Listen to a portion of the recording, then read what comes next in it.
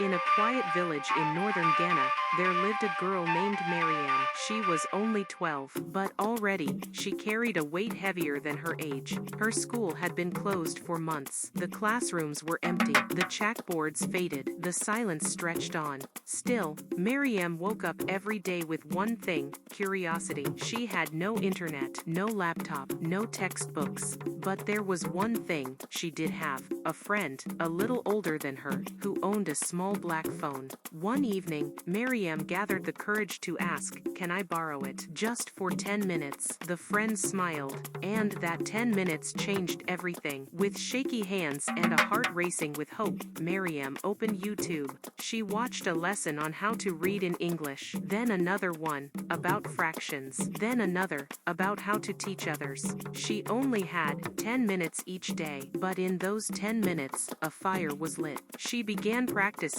what she learned by drawing letters in the sand with a stick. She whispered English words to herself while walking to fetch water. She turned every quiet moment into a classroom. Then, one morning, she did something no one expected. She gathered a few children under the shade of a mango tree. With a rock as her chalk and an old wooden board, she began to teach. At first, it was just 3 children, then 7, then 15. Soon, over 40 children were coming to what the villagers started calling the tree school. They came barefoot, with nothing in their hands but hope. Some walked miles to learn from her, because to them, Mariam wasn't just a student anymore. She was a teacher, a leader, a revolution in braids and bare feet. Parents began to watch from the edges of the trees, smiling. Some wept, others offered her small gifts: a mango, a notebook, a smile of gratitude. And every day, Mariam showed up, without pay, without a title, just with her spirit, her memory, and 10 minutes of YouTube in her mind. They say you need a degree to teach. But Mariam proves something else. Sometimes, all you need is one question, one chance, one phone, and the courage to share what you know. Mariam's classroom has no walls, no desks, but it's built on something far stronger: belief. This is the story of one girl who taught a whole village using YouTube. And this